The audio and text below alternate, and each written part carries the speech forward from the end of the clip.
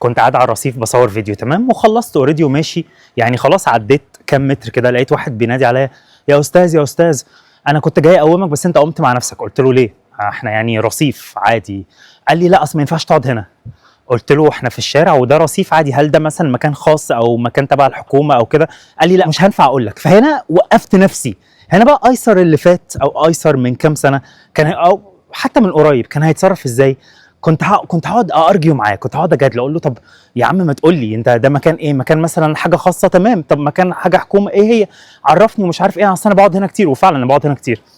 وكان مثلا هيرد عليا يقول لي لا انا مش هقول لك يا استاذ ما تقعدش هنا تاني ومش عارف ايه، وفي كاميرات وحاجات وانا اصلا ما بعملش حاجه. كنت اقول له يا عم ما تقول لي، ده انا ممكن افتح مابس واعرف دلوقتي ساتلايت جايب كل حاجه وممكن انا اعرف، فانت قول لي احسن وانا هنا. وكنت هاخد معاه الحديث ده كله من اوله لاخره. كنت بقى هعمل ايه؟ ما كنتش هعمل كده، بس كنت اقول له يا عم ايه ده مكان بتاع الشعب ومكان الناس، واي حد يجي يقعد واي حد يجي يعمل اللي هو عايزه طالما في كاميرات. يا عم هو انت بتقول ما فيش حد بيعمل حاجه غلط وده الشارع ومش عارف ايه، واقعد بقى ادافع عن نفسي وادافع عن الشعب، واقعد بقى احاول اصلح بقى. ليه؟ لان انا لو اتكلمت معاه بالطريقه دي ممكن هو بقى مش هيعمل كده مع حد تاني. لو حد راح قاعد نفس القعده اللي انا كنت قاعدها على الرصيف اللي في الشارع، خلاص بقى مش هيبقى عنده الجرأه ان هو يتكلم معاه. هيقول له خلاص يا عم، هيقول لك خلاص يا عم خليه قاعد تمام. بس انا وقفت، انا ما عملتش كده. ليه؟ لان انا مش عايز اصلح حاجه ولا عايز اصلح حد، انا بحاول اصلح نفسي اصلا. انا في الوقت اللي انا مثلا بيبقى عندي فيه ضغط في الشغل، او مثلا بيبقى طالع عيني ومبقاش مثلا عايز اروح الجيم، محدش بيقول لي ايسر لا شد حيلك انت جامد روح الجيم النهارده، او ما تسكيبش الجيم النهارده. محدش بيقول لي مثلا رايح اجيب شيبسي، محدش يقول لي ايسر لا بلاش شيبسي، بقول لك ايه روح هات مثلا خضار ولا روح اهتم بصحتك. محدش مهتم. انا ليه مهتم اني اصلح وانا اصلا عندي مشاكل داخليه وعندي حاجات في الديسيبلين وعندي حاجات اني بحاول اظبطها، وبحاول اقول ايسر انت شغال على حاجات كويسه في مستقبلك، ركز ما ينفعش تبقى شغال على مستقبلك وفي نفس الوقت في حاجات خرا بتعملها. محدش بيبقى واقف جنبي، ومحدش بيقول لي مثلا ايسر لا اعمل كده او روح في الطريق ده او اعمل كده. حش مثلا وانا في الجيم من كام سنه وانا بلعب غلط جاء قال لي ايسر بقول لك ما تلعب كده احسن علشان تستهدف العضله.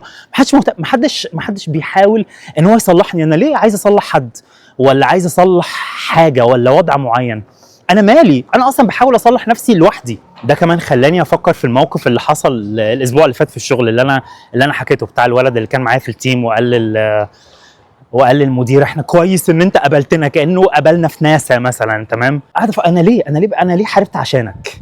انا ليه حاربت عشانك وبحارب وفي دماغي، وانا بحارب علشانك وعشاني في دماغي الناس الجديده، في دماغي الناس اللي هتيجي بعد كده اللي المدير هيتوقع ان هم يشتغلوا ببلاش ويشتغلوا في الويك اند ويتبهدلوا. انا ليه بحارب وبحاول اصلح حاجه؟ ليه بحارب؟ علشان الناس انا اصلا ما اعرفهاش، وناس اصلا عمرهم ما هيعرفوني. انت متخيل التفكير؟ الموقف ده مضايقني جدا وانا بفكر عليه دلوقتي، وانا بفكر فيه دلوقتي. انا ليه عايز اصلح النظام واصلح كل حاجه علشان الناس، علشان انا كان عندي صعوبات. انا مش عايز حد يبقى عنده صعوبات، ما حدش مهتم بيه اصلا، ما حدش مهتم بصعوباتي، ما حدش بيحاول يصلح الحاجات اللي انا ساعات كنت بصرخ وببقى قاعد في الضلمه بصرخ علشان حد يساعدني.